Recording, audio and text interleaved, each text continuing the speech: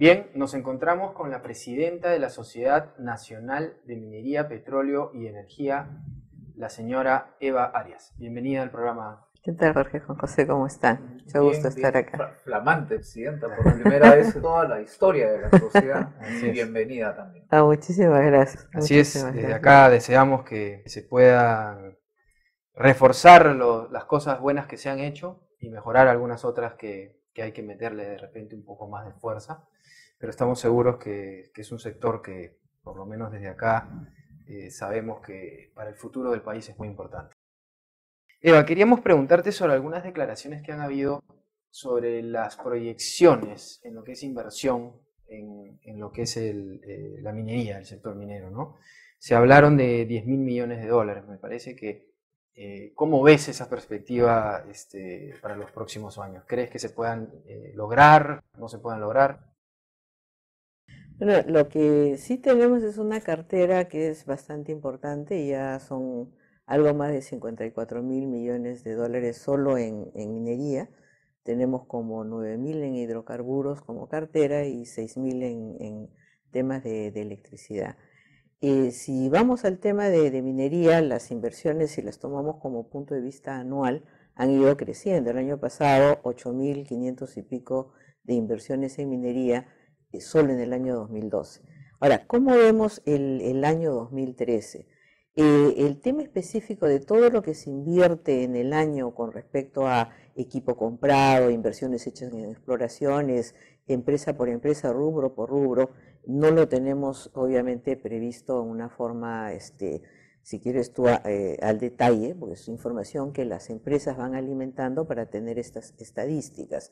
Esperamos que como cifra global se mantenga más o menos en los mismos órdenes del año 2012. Pero si hablamos de qué vamos a tener como resultado de las inversiones en los años que acaban de pasar y que entran en producción en el año 2013, que creo que eso es una parte muy importante, estamos hablando de que deben entrar proyectos por más o menos un orden de 6.000 millones de dólares, más de 6.000 millones de dólares, siendo el más importante Toromocho, ¿no? Toromocho debe entrar en producción este año y estos 6.000 y pico millones de dólares, 3.500 corresponden a la inversión realizada en Toromocho por Chinalco. Entonces, creo que eso va a ser un muy buen ingreso y que en el transcurso del año siguiente ya se estabilizará la producción y tengamos pues más producción de cobre en el país, ¿no? Y en cuanto a la producción de oro, que está en un constante declive desde hace un poco más de 6 años, ¿qué la sociedad cómo mira este tema? Realmente con preocupación, porque no solo el año pasado, el año 2011, perdón, 2012, el oro ha decrecido casi en 3% la producción, 2.9.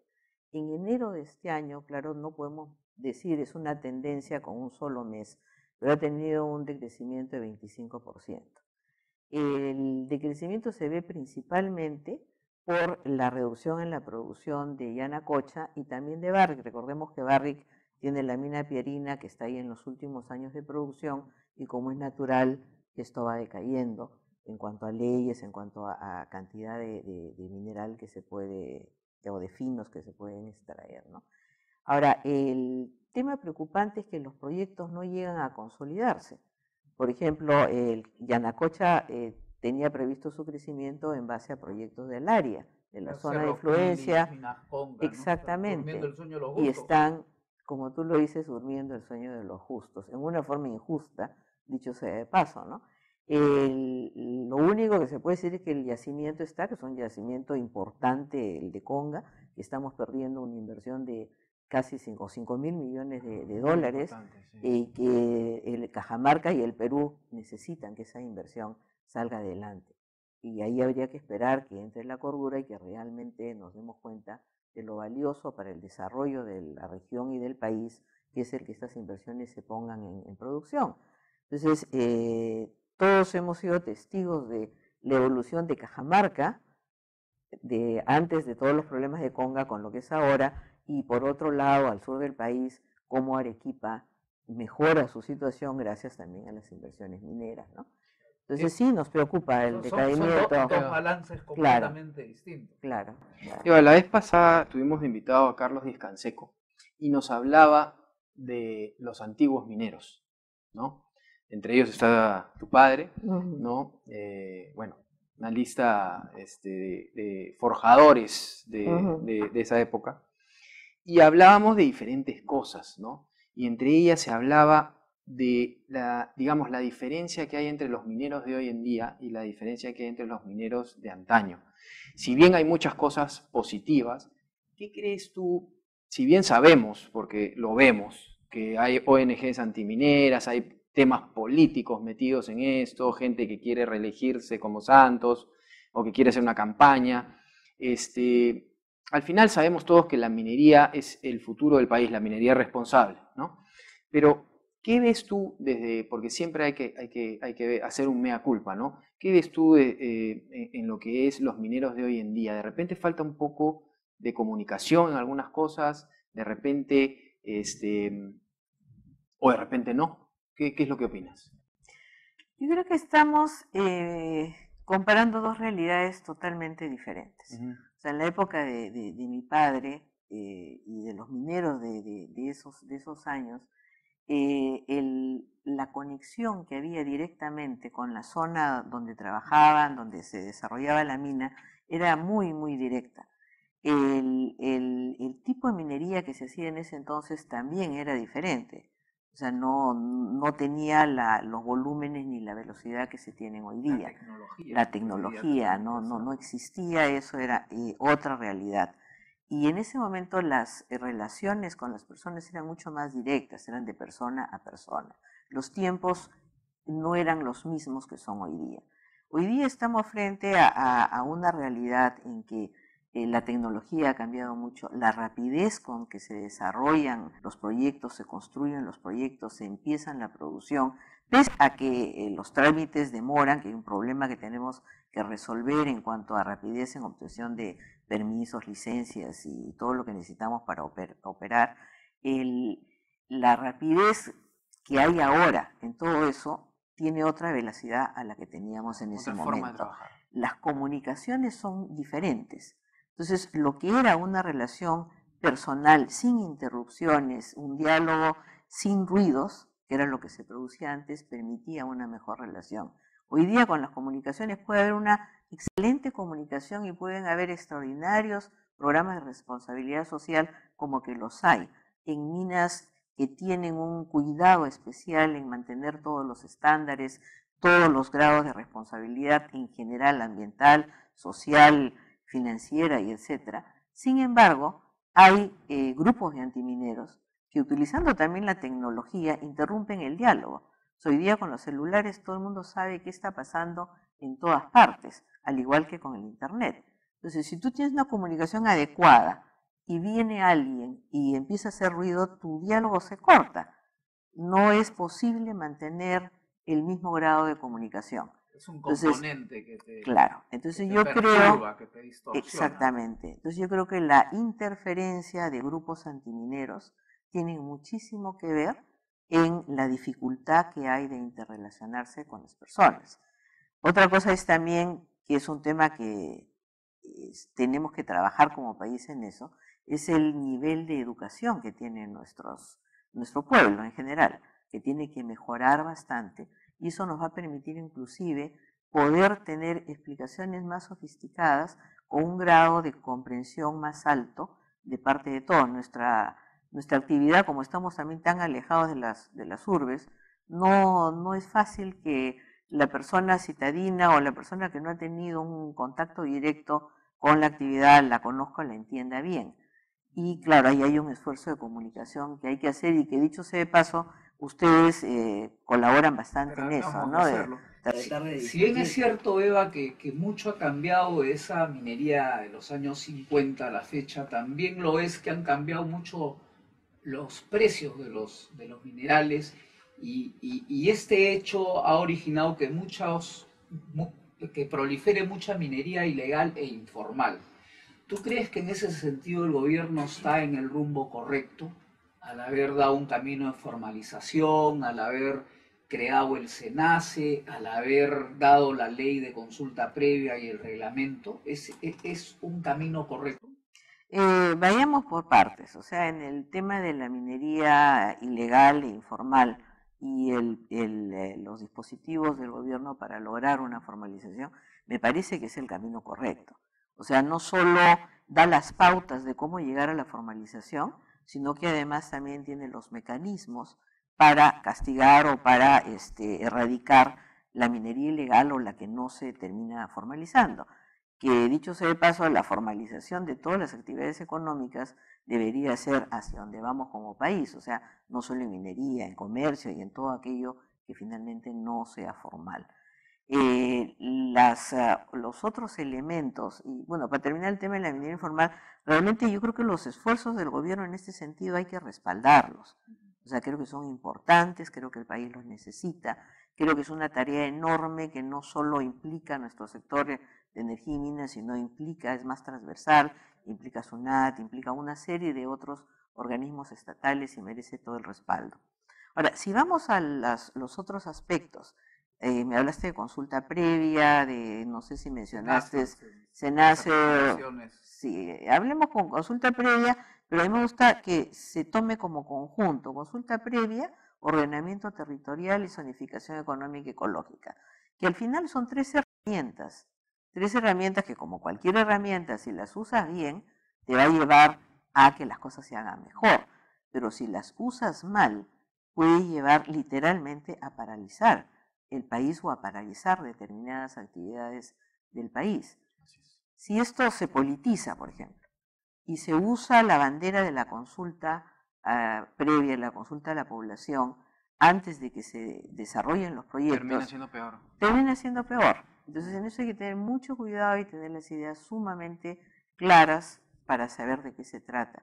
Y en el caso específico, y ahí estoy poniendo también ordenamiento territorial y zonificación económica y ecológica, si no tomamos conciencia que con estas dos herramientas lo que estamos pretendiendo es decir dónde se van a desarrollar las actividades productivas y de otra naturaleza en el país, y priorizamos todas menos las productivas, ¿cómo vamos a mantener el país económicamente después? O sea, tiene que haber una armonía y un equilibrio. Y en el caso de la consulta previa, no debemos perder de vista que esto proviene del convenio con la OIT, del convenio 69 de la OIT.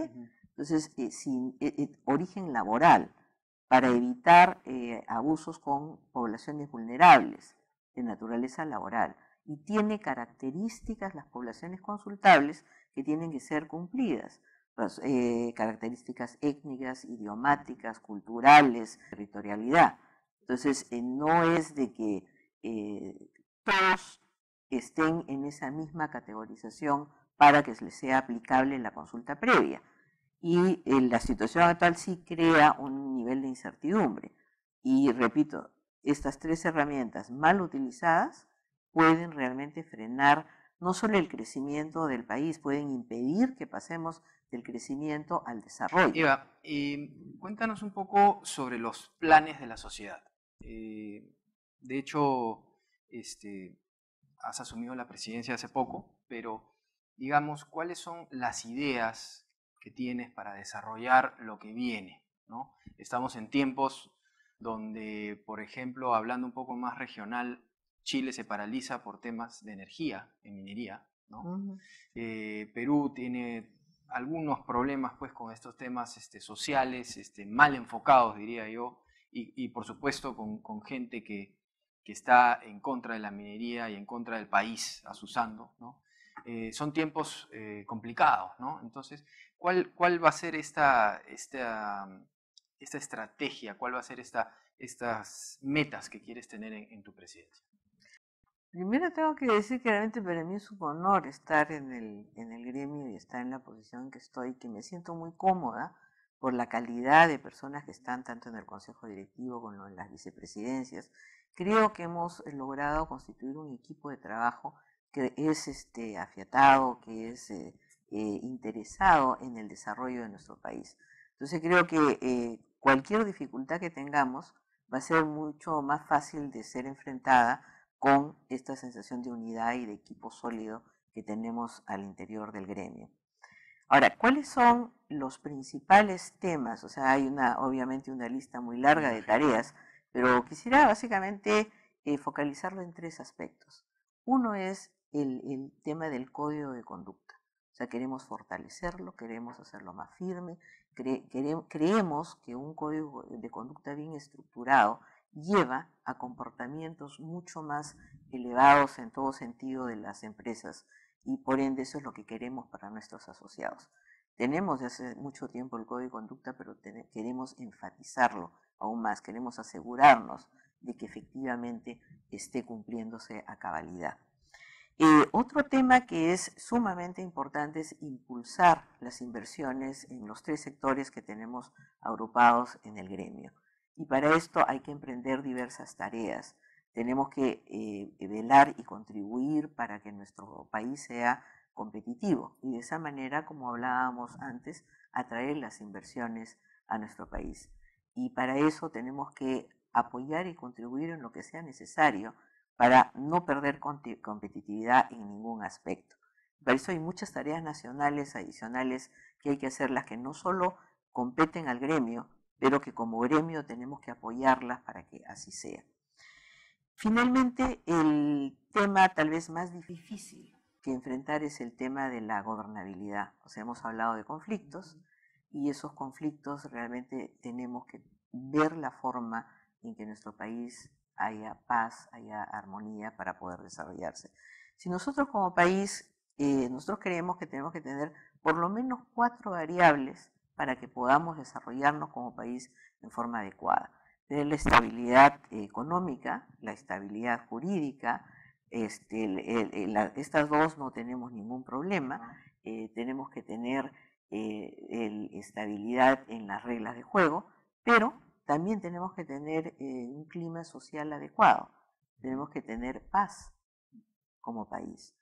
Y creo que en esto es algo en lo que tenemos que trabajar, no solo como gremio, o sea, el gremio tiene que ser parte de un esfuerzo nacional para construir lo que sea necesario para el desarrollo. Y uno de los aspectos es la gobernabilidad. Y la gobernabilidad pasa por no tener este tipo de conflictos que no se puedan resolver. O sea, que la violencia no tenga que ser resuelta con violencia. O sea, tenemos que encontrar la forma de que encontremos con seguridad, con orden. O sea, tenemos que tener las fuerzas del orden que nos garanticen el orden y la seguridad jurídica, el tema legal que también nos garantice que las reglas de juego son claras y respetadas por todos. Entonces, este último punto creemos que es muy importante y nuestra contribución a que eso sea en el país, o sea, tiene prioridad. Obviamente no pensamos que esto es solo nuestro tema, pero que debemos hacerlo conjuntamente con el Estado. Pero es un tema de todos. Claro, el gobierno tiene que darse cuenta que los conflictos sociales no pueden durar eternamente porque paralizan las inversiones y por lo tanto el Perú puede parar. Caso Cajamarca, ¿no? Cajamarca tiene el gobierno que darse cuenta que los permisos demoran muchísimo y que hay muchísimos funcionarios que simplemente no toman decisiones por temor a que se les inicie procesos administrativos, y esto a la vez perjudica a las inversiones mineras en el tiempo. En ese sentido, seguramente la sociedad tiene una preocupación y dará pues algunas iniciativas al gobierno, como gremio lo pueden hacer. Sí, y realmente es una cosa que tenemos que trabajar en conjunto, o sea, no solo la sociedad, sino también el gobierno y los peruanos en general. O sea, todos tenemos que poner un granito de arena para que esto sea una realidad, ¿no? O sea, y ahí es una de las prioridades que tenemos como gremio, ¿no? Excelente. Muchísimas gracias, Eva, por estar con nosotros. Te agradecemos la deferencia de haber venido al programa para hablar, como le decimos a nuestros televidentes, para hablar un poco de minería y del futuro del país. Siempre es bueno. Muchísimas gracias, Jorge. Muchísimas gracias, y José. Muchos éxitos. Muchas en la gestión gracias. con el equipo que te acompaña. Gracias. Gracias. Estuvimos con la señora Eva Arias. Pausa y regresamos.